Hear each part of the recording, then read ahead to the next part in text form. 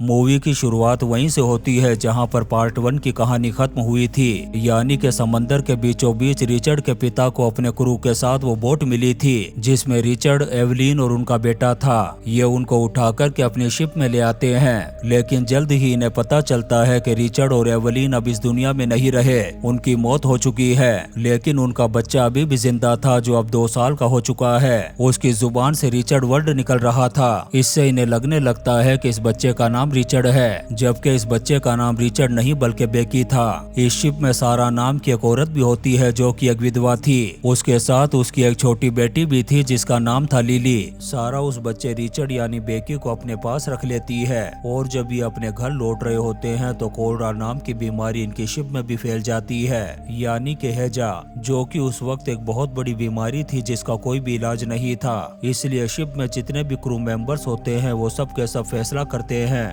कि सारा और उसके दोनों बच्चों को एक बोट में बैठा कर के पानी में छोड़ देंगे ताकि वो सुरक्षित तरीके से किसी सेफ जगह पर पहुंच सके या फिर कोई बड़े शिप तक पहुंच जाए जो इन्हें बचा ले, क्योंकि अगर ये हमारे साथ रहे तो फिर इनकी मौत पक्की है। अब गेडिंस नाम के एक आदमी के साथ इन सबको बोट में बैठा कर के पानी में छोड़ दिया जाता है। अगली सुबह सारा गेंडिन से पानी मांगती है, लेकिन वो देने से मना कर देता है और कहता है कि हमारे पास लिमिटेड पानी है, इसलिए हमें इसे बचा बचा कर के पीना होगा।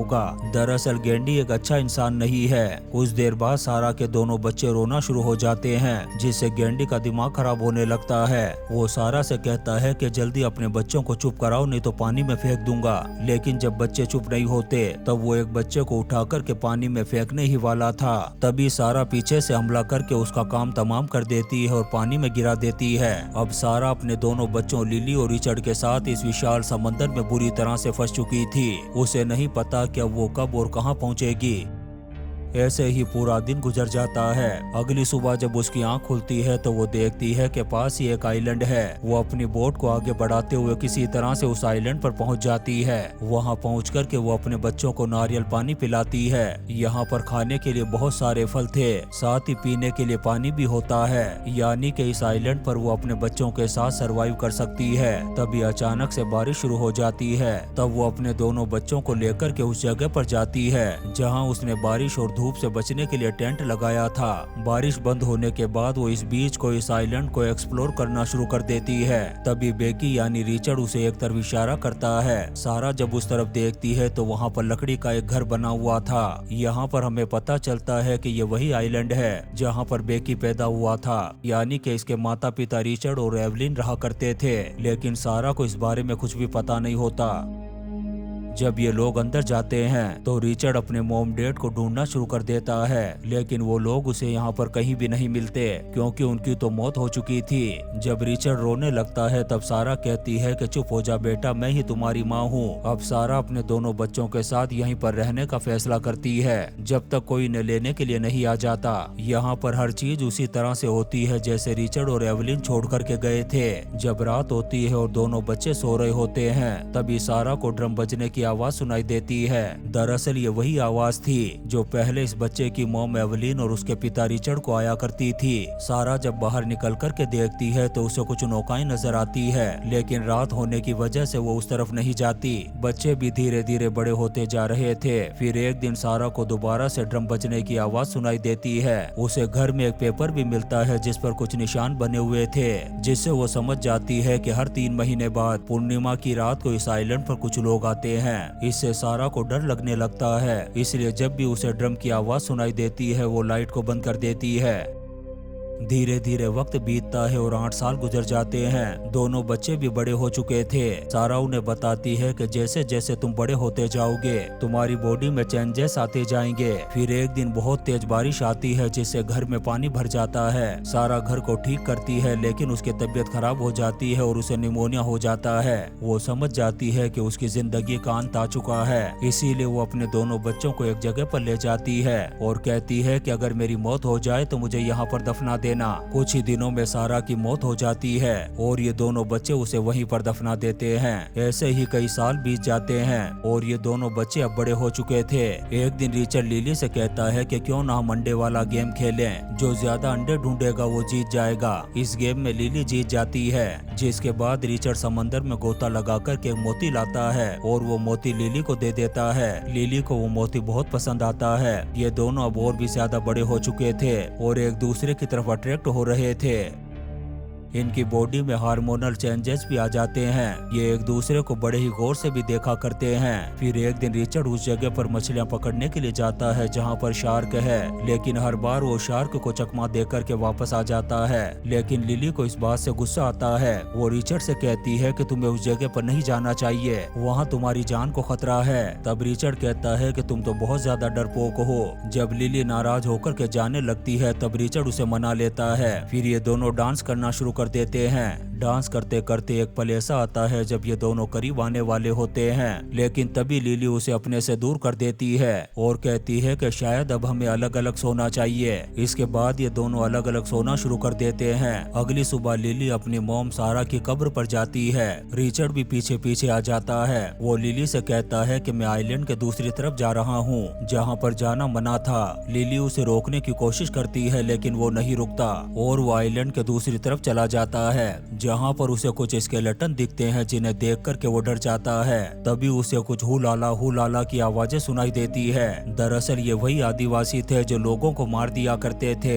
रिचर्ड उनसे बचने के लिए अपनी बॉडी पर मिट्टी लगा कर के यहीं पर छुप जाता है। जब रात होती है तो ये आदिवासी अपने कर्म कांडों को अंजाम देते हैं, जो वो हमेशा 3 महीने बाद पूर्णिमा की रात को किया करते हैं। रिचर्ड भी ये सब कुछ छुप करके देख रहा था। तभी एक आदिवासी की नजर पड़ जाती है उस पर, लेकिन वो रिचर्ड को जाने देता है। रिचर्ड अपने घर की तरफ जा रहा होता है। तभी रास्ते में उसे लिली मिलती है जो उसे ढूंढने के लिए उसी तरफ आ रही थी। वो रिचर्ड को देख कर के बहुत खुश होती है और कहती है कि मैं तो डर गई थी कि मैंने तुम्हें कहीं खो तो नहीं दिया। अब इन दोनों को भी एहसास है कि ये एक दूसरे से प्यार करते हैं। फिर अगले दिन ये दोनों शादी कर लेते हैं जैसा इनकी मॉम सारा ने इन्हें बताया था। इनकी शादीशुदा जिंदगी बहुत ही शानदार तरीके से चल रही थी। तभी एक दिन इनकी नजर समंदर में एक जहाज पर पड़ती है जो इसी तरफ आ रहा था। हालांकि ये लकड़ियों को जलाने के लिए जाने लगते हैं जो कि एक सिग्नल है। तभी ये देखते हैं कि एक छोटी सी कश्ती से कुछ लोग इस तरफ आ रहे हैं। उनके पास हथियार भी थे। रिचर्ड और लिली उनका वेलकम करते हैं। दरअसल वो एक कैप्टन था जो अपनी बेटी और कुछ लोगों के साथ यहाँ पर पानी की तलाश में आया था।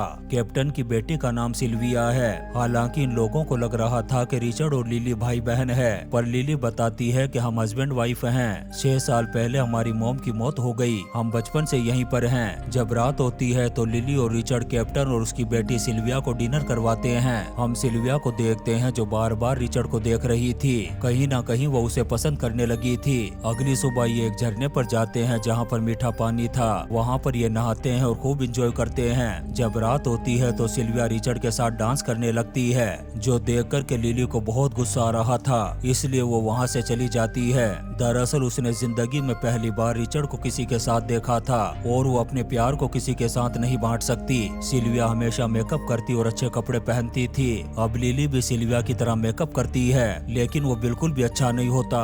दरअसल वो रिचर्ड को इम्प्रेस करना चाहती थी, पर जब रिचर्ड उसके चेहरे को देखता है तो उसे बहुत हंसी आती है। इसके बाद वो सिल्विया के साथ बोट पर चला जाता है। वहीं लिली को दिखाया जाता है जो झरने पर नहा रही थी। वहीं पर कैप्टन का एक आदमी होता है जो लिली का फायदा उठाना चाहता था। लिली अपनी जान बचाने के लिए भागती है, लेकिन वो उसे पकड़ लेता है। उधर सिल्विया रिचर्ड के करीब आने की कोशिश करती है, पर रिचर्ड जब उसे लिली कहकर के पुकारता है तो सिल्विया को बिल्कुल भी अच्छा नहीं लगता। वो कहती है कि मेरा नाम सिल्विया है।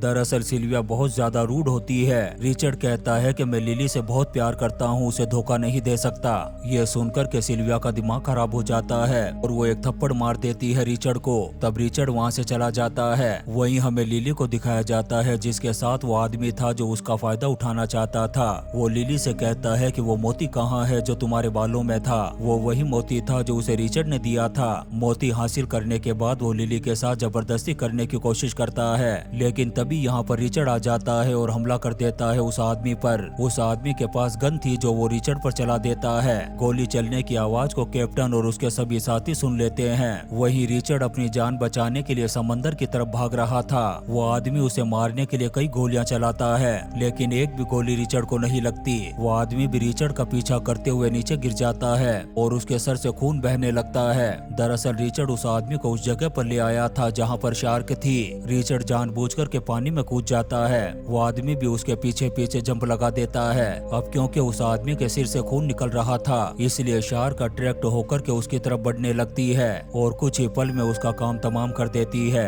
इसके बाद रिचर्ड लिली के पास आता है और कहता है कि क्यों ना हमें भी कैप्टन के साथ वापस चले जाना चाहिए, पर लिली मना कर देती है क्योंकि वो रिचर्ड के साथ इस आइलैंड पर बहुत खुश है। यहाँ पर इन दोनों की एक अलग ही दुनिया थी। फिर भी वो रिचर्ड से कहती है कि अगर तुम जाना चाहते हो तो जा सकते हो। साथ ही वो उसे बताती है कि वो प्रेग्नेंट है। ये सुनकर के रिचर्ड बहुत खुश होता है और वो कैप्टन के साथ जाने से मना कर देता है। फिर कैप्टन अपनी बेटी सिल्विया और अपने लोगों के साथ यहाँ से निकल जाता है। रिचर्ड और लिली पहले की तरह अब एक बार फिर से अपनी जिंदगी में बहुत खुश हो चुके थे। कुछ ही दिनों बाद इनके घर में एक बच्चा जन्म लेता है जो कि एक बेबी गर्ल होती है और अब ये दोनों फैसला करते हैं कि ये अपने बच्चे को उसी तरह से पालेंगे जिस तरह से ये खुद यहाँ पर बड़े हुए हैं। दोस्तों, अगर आप इस movie Return to the Blue Lagoon का फर्स्ट पार्ट देखना चाहते हैं तो लिंक डिस्क्रिप्शन में है। दोस्तों, हम आपके लिए ऐसी ही इंटरेस्टिंग मूवीज एक्सप्लेन करते रहेंगे, तो आप चैनल को सब्सक्राइब जरूर करें और लाइक और कमेंट्स भी करें। Thank you.